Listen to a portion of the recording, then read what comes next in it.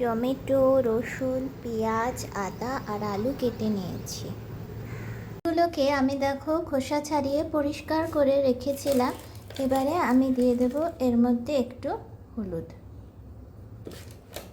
একটু লঙ্কার গুঁড়ো,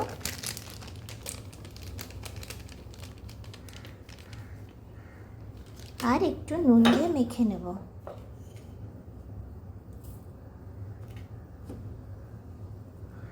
তো দিয়ে এভাবে মেখে নেব। এখন আমি এই আদা আর একটু রসুন বেটে নেব, আর কিছুটা দেখো গোটা রেখেছি, এভাবে থেতো করে নেব। এখন আমি কড়াইতে বেশ কিছুটা সর্ষের তেল নিচ্ছি ভাজার জন্য। এটা গরম হতে দিলাম। তেল গরম হয়ে গিয়েছে, এখন আমি এই চিংড়িগুলোকে ভেজে নেব।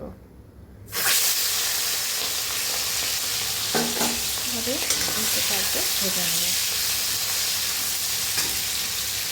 এগুলোকে আমি খুব বেশি ভাজবো না, হালকা ভাজবো, এটা খুব শক্ত হয়ে যায়। এবারে এই তেলটাতে আবার আলুগুলো এখন নুন হলুদ দিয়ে করে রেখেছিলাম, এটা এবারে ভেজে নেব।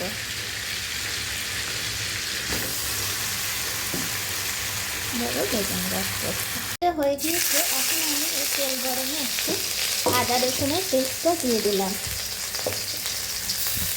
এরপরে আমি দিয়ে দেবো রসুনগুলো, গোটা রসুন। এটাকে 2 মিনিট নেড়ে চেড়ে নিতে হবে। এটা হয়ে এলে এবারে আমি এখানে পেঁয়াজটা অ্যাড করে দেবো।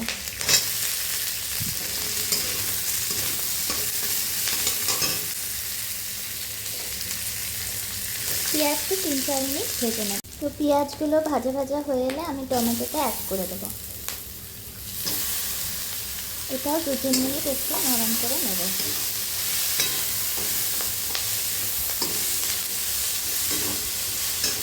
ভাজতে ভাজতে আমি মশলাটা অ্যাড করে দিলাম। 1 চামচ জিরে গুঁড়ো, 1 চামচ ধনে গুঁড়ো দিয়ে এটাকে ভালো করে আবার নাড়িয়ে চাড়িয়ে নেব। এবারে আমি ভেজে রাখা আলুটাও অ্যাড করে দেবো।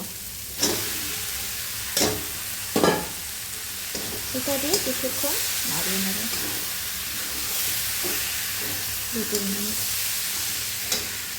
কষে বেরিয়ে এসছে, এবারে আমি জল অ্যাড করব।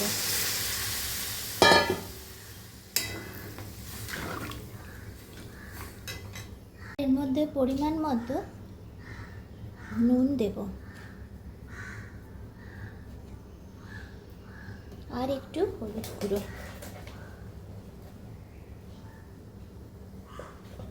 দিয়ে এটাকে নাড়িয়ে নিয়ে আমি ঢাকা দিয়ে দেবো।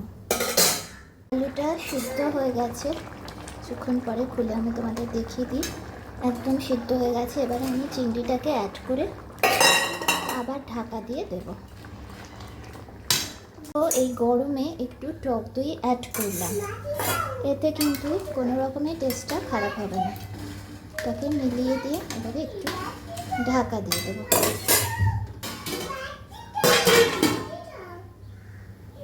4 মিনিট পরে এবারে আমি ঢাকাটা তুলে দেখব।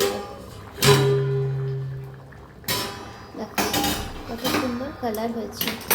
এবারে আমি একটু অল্প চিনি অ্যাড করে দেবো, যাতে এই টকের স্বাদটা একটু কম হয়, আর একটু গরম মশলা গুঁড়ো দিয়ে আমি এটাকে আর একদম নাড়াচাড়া করে 2-3 মিনিট ফুটিয়ে তুলে নেব।